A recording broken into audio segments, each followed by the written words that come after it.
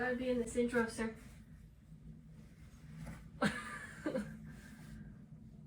Hey everybody, it's me and Finley. And once again, we've got my brother Will here. Hello everyone.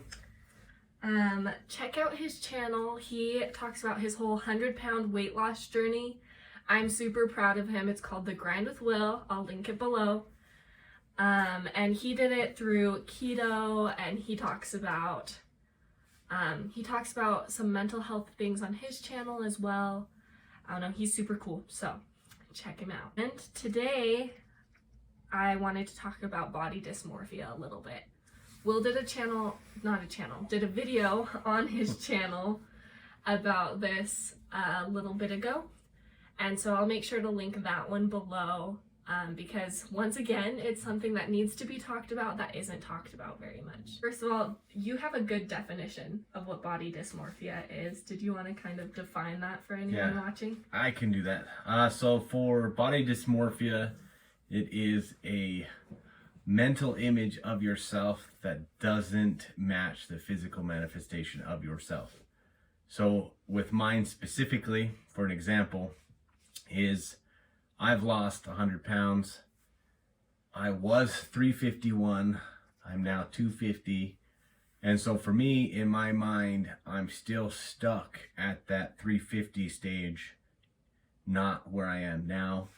So it's super weird and interesting to me that other people will take pictures and post them, and it's almost surprising to see the picture from another perspective outside of my own brain, I guess is the best way to put it. So it's a very interesting situation for me specifically, but yeah.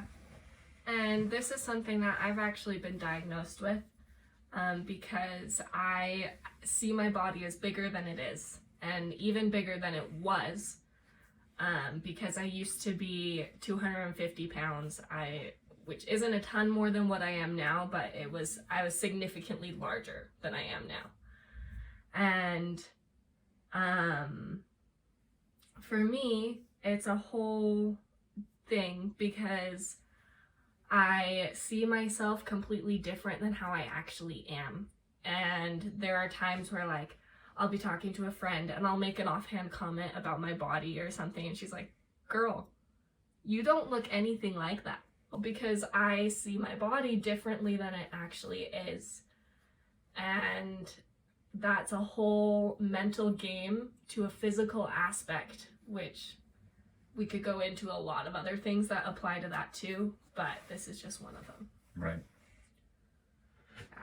So, for you, what are the biggest things that you kind of see as effects of body dysmorphia?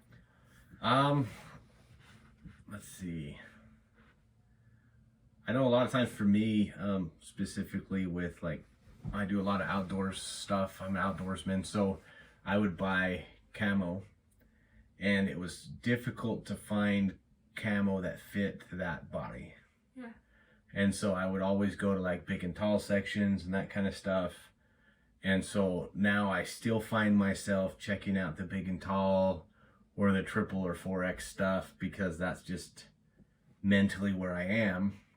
And so sometimes I will go check those out, and it's interesting because this one's actually a 2X, and I could probably fit an XL once I get some of the extra skin taken care of, but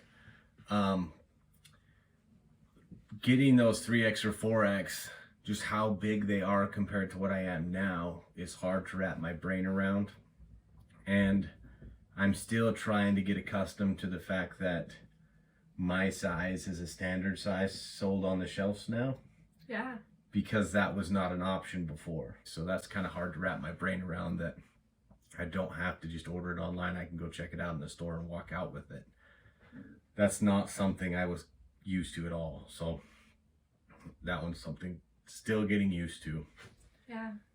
I had a similar problem. I'm a mid-size right now, so I can buy either plus size or regular size clothing. Right. But I always find myself in the plus size section. And once it's kind of a similar thing where I just forget that I can fit in other clothes, or a lot of the times the first pair of pants or the first shirt that I grab is too big. Right. And I'm like, oh, whoops. I guess I'm not as big as I thought I was. Right. One example of that is I didn't buy new clothes for a long time when I was on my weight loss journey. And so I was at the point I was at a 46, but I should have been at a 48. But I had lost a bunch of weight and I was just wearing a belt, just tightening my pants down, and eventually got to the point where I could not tighten the belt tight enough to still hold my pants up. So it was time to buy a new pair of pants. So I got online and I was like, okay, yeah, I'll just order these. These are a 44-inch waist. That's about where I am. And so I ordered 3 pairs of pants, and when they came in, I put them on without my belt and they wouldn't even stay up because they were way too big. And so just wrapping my brain around the fact that I had just ordered something that was several sizes smaller than where I was, and it still didn't fit, was weird to wrap my brain around. So I actually ended up ordering, I was like, oh, well, that's too big. So I ordered a 42, and then that ended up being too big. So now I've got a 40, and that works, but really I probably should have bought a 38.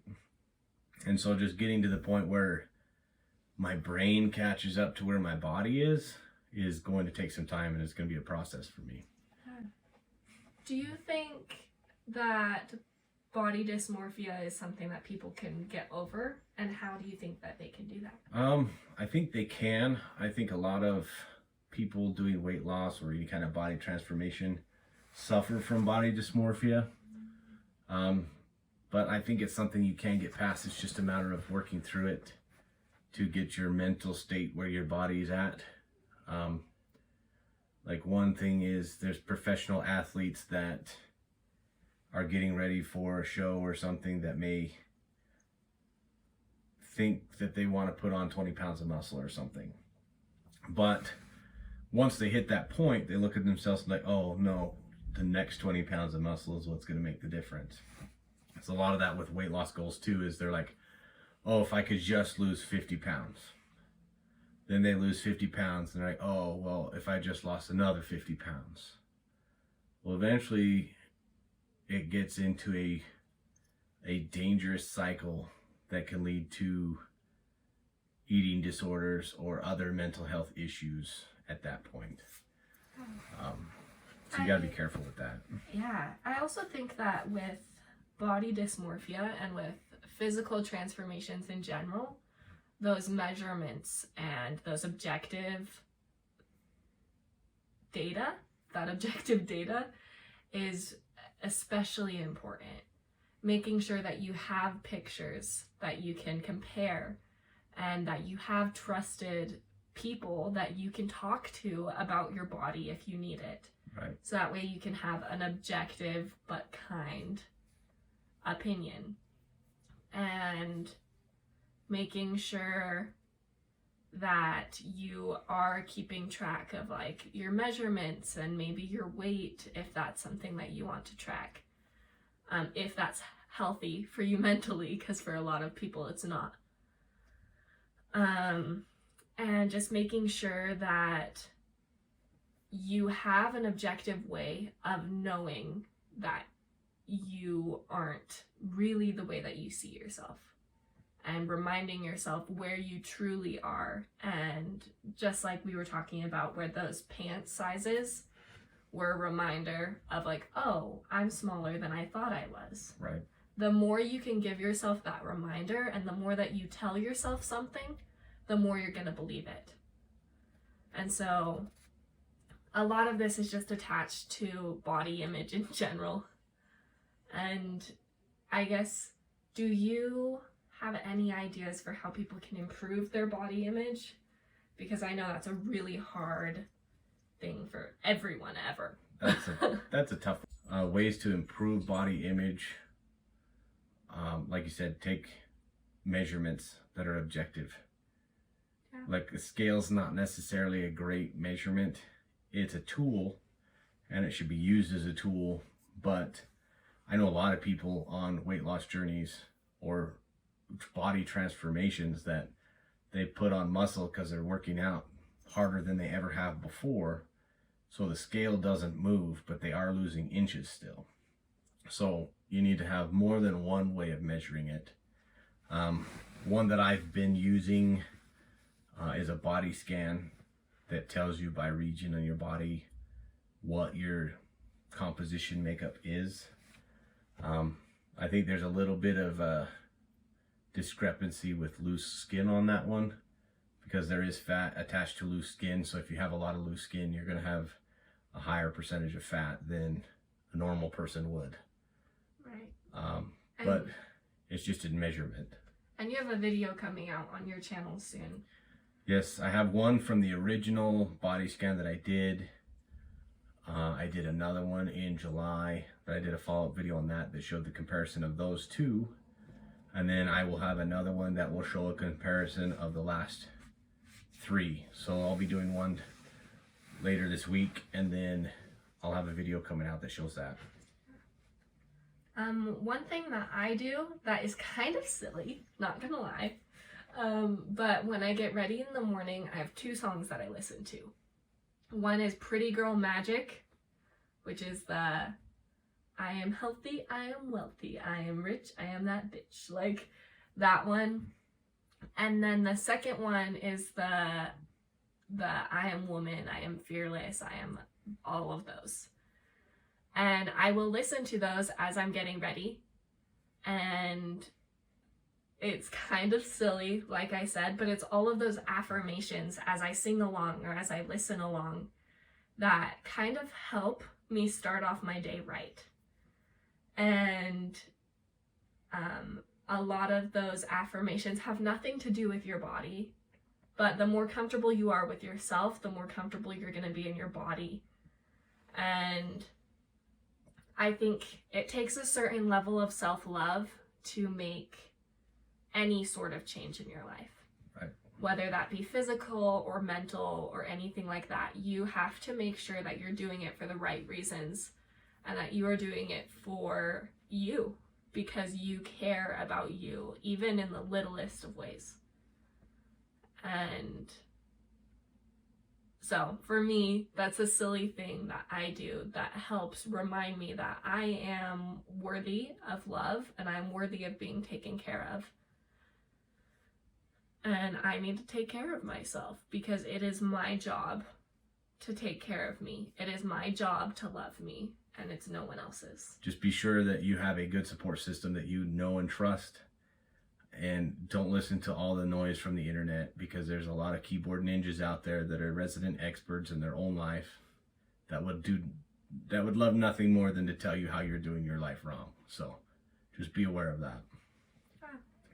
And as always, remember that you are worthy, that you are awesome, and just be kind to yourself and to others and take care of yourselves. Bye! What is going on with my hair? It's floofy. Every time I moved, it was like...